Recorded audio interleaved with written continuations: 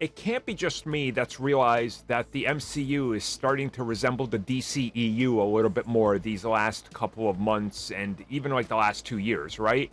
Because you're constantly getting contradictory things from producers, directors, and actors. Yeah, so let's talk about the upcoming I Am Groot, which allegedly isn't part of MCU canon according to James Gunn, but the producer of the MCU says, yes, it is.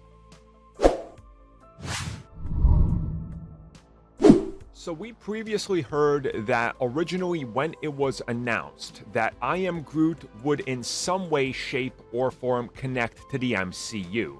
And then quickly we started to hear that this would just be a one-off type of story, that nothing really connects to it, that it's not part of canon or anything like that.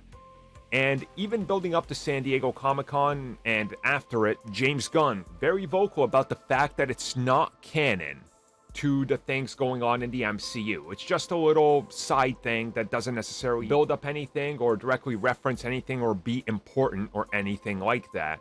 Well, not so fast, as the producer of the show, Brad Winderbaum, who of course is responsible for half of the MCU now and what they're doing, he says, no, this actually takes place between the end of Guardians of the Galaxy Volume 2 and the tag credit scene. And he says that this is that weird toddler stage of development that they wanted to explore here. And he says that both him and James Gunn were excited to work on this, and that this thing is, as a matter of fact, doesn't matter what anybody else says, part of the MCU, and if you're going to be watching it, you would place it, well, strategically there, right before the end credit, but right after the film ends. And honestly, I'm cool with that. Again, am I going to watch I Am Groot? Probably not. Look, I don't really care. Does that make sense? Look, sorry.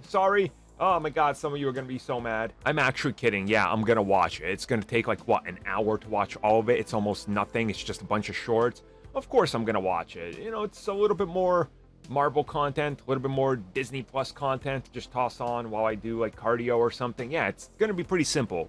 Easily consumable. But I'm honestly not expecting it to be some sort of, critical piece of the MCU, something revolutionary that's going to add so much context to what happens to Groot and his character development and things like that. No, it's a little side tale that, in the grand scheme of things, won't even be that important. So, even if it is canon, I guarantee you there's not going to be something in this that's like, oh my god, if you miss this piece of content, you're going to be missing such a huge part of Guardians 3, and you think you're going to understand Kang Dynasty? Not so fast. You didn't watch I Am Groot?